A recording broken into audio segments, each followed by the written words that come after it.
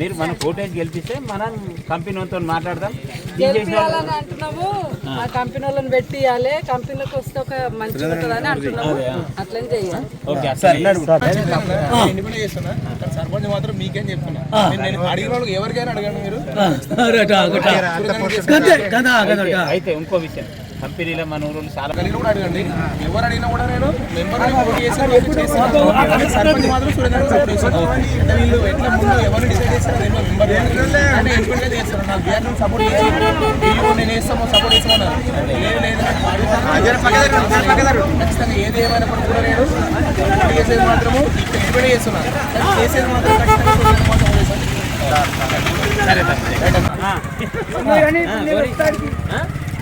एक बार कंपनी को भी दिखाएंगे अपन।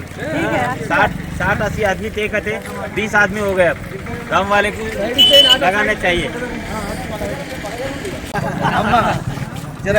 అన్ని చూసుకుందాం.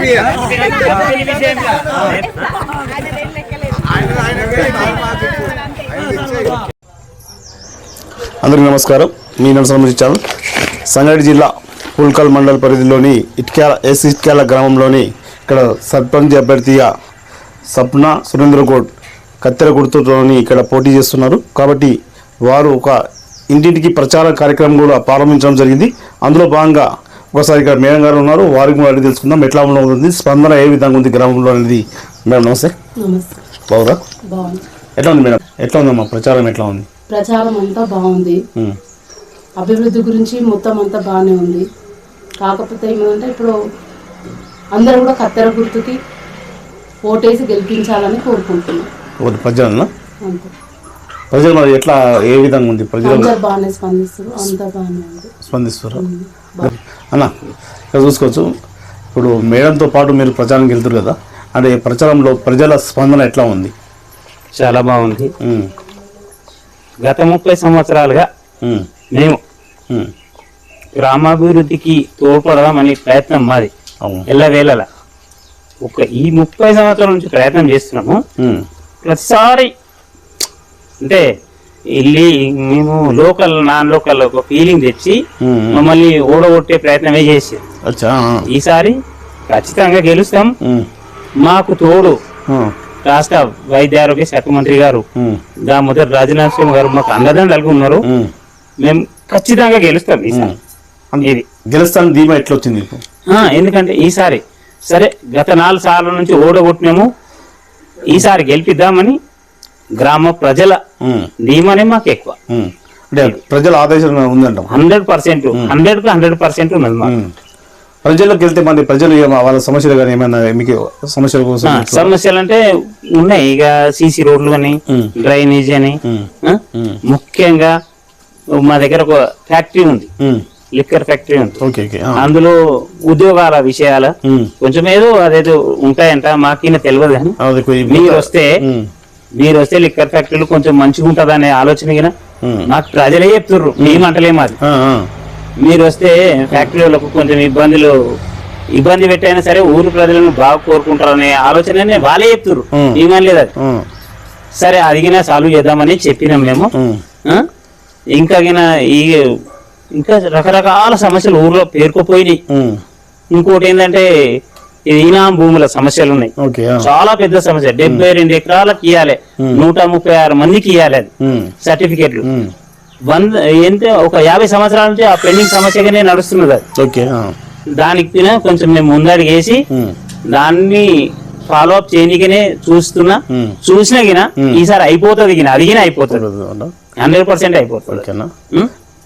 ఇప్పుడు ఇంకోటి మనకి కీలకంగా ప్రజల్లో చైతన్యం అంటే ఇప్పుడు ఓట్ బ్యాంక్ ఇప్పుడు ఓవరాల్గా పోటీలు ఉంటాయి. సర్పంచ్ అంటేనే చాలా కీలకమైన విషయం. కాబట్టి ఇక్కడ ప్రతిపక్షాలు కూడా ఉంటాయి, వాళ్ళతో పాటు మీరున్నారు. కాబట్టి ప్రజల చైతన్యం ఎంతవరకు మనకు సపోర్టింగ్ ఉంటుంది? ఎంతవరకు ఉంటుంది సపోర్టింగ్? నాకు తెలిసిన ప్రకారం 75 అబోవ్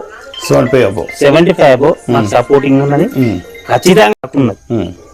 ఈయన చేస్తాడు అనే నమ్మకం వాళ్ళకు ఉన్నది. నా గ్రామ ప్రజలకి ఏదైతే నేను హామీ ఇస్తున్నానో ఈయన చేయగలుగుతాడు, చేస్తాడు అనే ఉద్దేశంతోనే ఈసారి నాకు అవకాశం గట్టిగా ఇస్తారు, ఇచ్చిండ్రు ఈయన అనుకుంటున్నా నేను.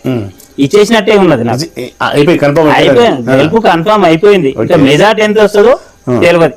అంటే మెజార్టీ అయిపోయి ఆశిస్తారా మరి? మెజార్టీకి ఆశిస్తాం, ఎందుకు ఆశించాం? 100% ఎంత ఉంది? 300 అబోవ్ మెజార్టీ ఉంటుంది. 300 అబౌవ్ ఉంటుంది, 100% ఉంటుంది. అంటే మన దగ్గర ఓట్ బ్యాంక్ ఎంత మొత్తం? 1256 ఓట్ బ్యాంక్ 300 అపోజిట్ ఉంటుంది. కాబట్టి 50 సంవత్సరాల నుంచి ఉంటున్నా ఊర్లో, ఇవాళనే కొత్తగా రాలే. 50 సంవత్సరం నేను పుట్టి పుట్టిన రాకూర్లా, మొత్తం పెరిగింది ఇక్కడనే. 1వ తరగతి నుంచి ఇక్కడనే చదివినా, ఇక్కడనే ఉన్నా. అయినా దాగులో పుట్టినావు? నేను దాకూర్లో పుట్టినా. దాగులు గట్టిగా పడతావు దాకూరులో ఉన్నా. ఆడికెళ్ళి వచ్చి ఫస్ట్ క్లాస్ లో జాయిన్ అయినా. తర్వాత నుంచి డిగ్రీ అయిపోయింది, అంత అయిపోయింది, పెళ్లి అయింది, పిల్లలు అయిపోయింది, అంత అయిపోయింది. కొంచెం గట్టిగా మాట్లాడతాం, ఏదన్నా సమస్య వచ్చినా దాని గురించి గట్టిగా మాట్లాడే వ్యక్తి. మేము ఇంకోటి కొడుతున్నాం మాట్లాడతారా? ప్రజల సమస్యలు అంటే గెలిచినా ఓడినా మీరు ప్రజాసేవకి అంకితమై ఉండాలి 100%.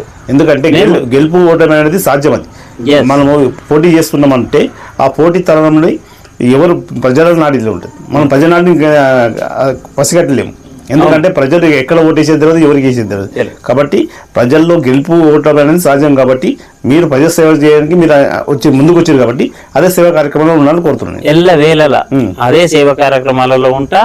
100% గెలిచినా ఓడినా, ఓడుడు అనేది లేదు ఇప్పుడు. అడిగేది అదే, మేము అదే చెప్తున్నాం. ఖచ్చితంగా గెలుస్తా, ప్రజల సేవలనే ఉంటా, ప్రజల గురించే ఉంటా. ఇది వాస్తవం. ప్రజలు సపోర్ట్ చేస్తున్నారు కాబట్టి ఖచ్చితంగా గెలుస్తామని ఆశిస్తున్నాము. వాళ్ళు కూడా మా గురించి చాలా హెల్పింగ్ చేస్తున్నారు. ప్రజల స్పందన ఎట్లుంది మేడం? చాలా బాగుంది. చాలా చేస్తున్నారు. మీరు పోయినప్పుడు అమ్మ మీకు ఓటేస్తామని చెప్పి హామీస్తారా? మరి వాళ్ళు హామీ ఇచ్చినప్పుడు మీరు గెలిచినప్పుడు వారికి పని చేయాలి, చేసామని కూడా చెప్తున్నాం. చేస్తారా? వాళ్ళు చేయలేకపోతే మాకు కూడా ఇంత పెడుతున్నాం కాబట్టి చూసి చెప్తారు మాకు. అట్లా చేస్తాము, వాళ్ళకు కూడా తెలుసు. ఎందుకంటే ఎప్పటికి ఏ సహాయం అయినా ఇడికి వస్తే ఖచ్చితంగా జరుగుతుంది, అది ఖచ్చితంగా జరుగుతుంది అనే ఉద్దేశంతోనే వాళ్ళు ఇక్కడికి వస్తారు. కాబట్టి వాళ్ళకు తెలుసు కాబట్టి ఈసారి మాత్రం వాళ్ళు ఖచ్చితంగా మీరు వస్తారు అని చెప్పి మా అందరు బాగానే ప్రచారం కూడా ఎట్లా బాగుంటుంది.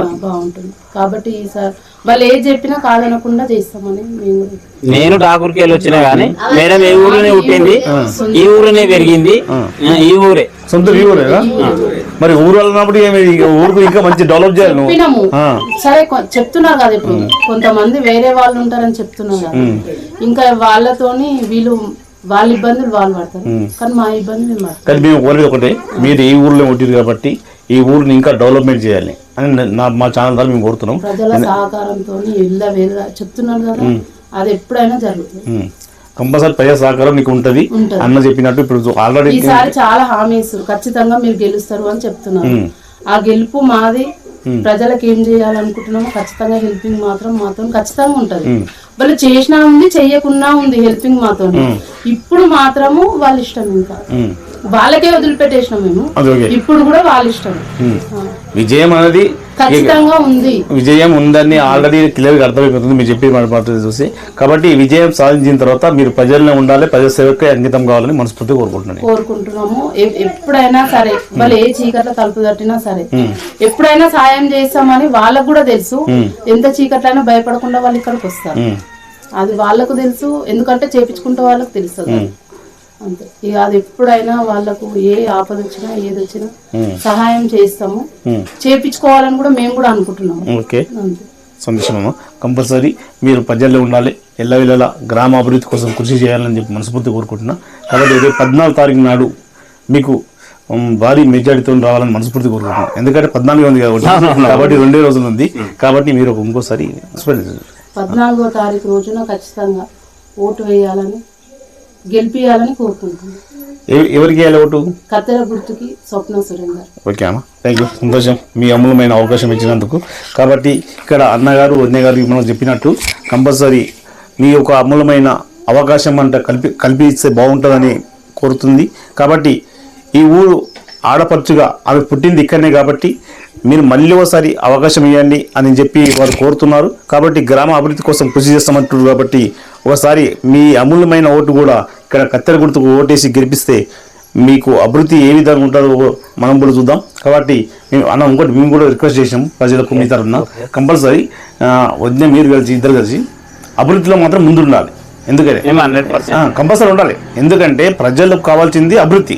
ఇప్పుడు ఇంతకుముందు కూడా మేడం చెప్పినట్టు మాకు సంవత్సరం చెప్పింది, మాకు ఏ రాత్రిలో ఎప్పుడైనా వాళ్ళు వచ్చిన వాళ్ళకి ఎలాంటి ఆపత్తులు ఉన్నా కానీ మేము ఆదుకున్నామని.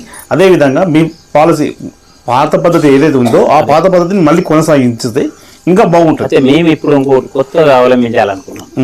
ఏంటంటే కొంచెం ఎస్సీ కాలనీలో డ్రైనేజ్ ప్రాబ్లం ఉంది. ఓకే.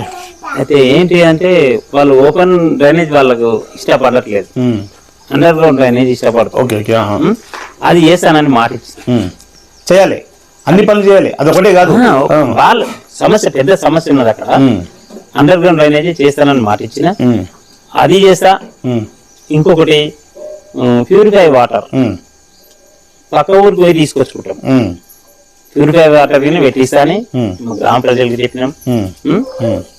సభాముఖంగానే చెప్తున్నా ఇప్పుడు నేను. ఇది వాస్తవంగా చేసి పెడతా. మీ అమూల్యమైన అవకాశం ఇచ్చినందుకు మేడం గారికి నీకు హృదయపూర్వక నమస్కారం తెలుస్తున్నా. విజయంలో ముందుండాలని మనస్ఫూర్తిగా కోరుకుంటున్నా. Okay, thank you. పిలవగానే వచ్చిన నరసన్నకు ధన్యవాదాలు తెలుపుతూ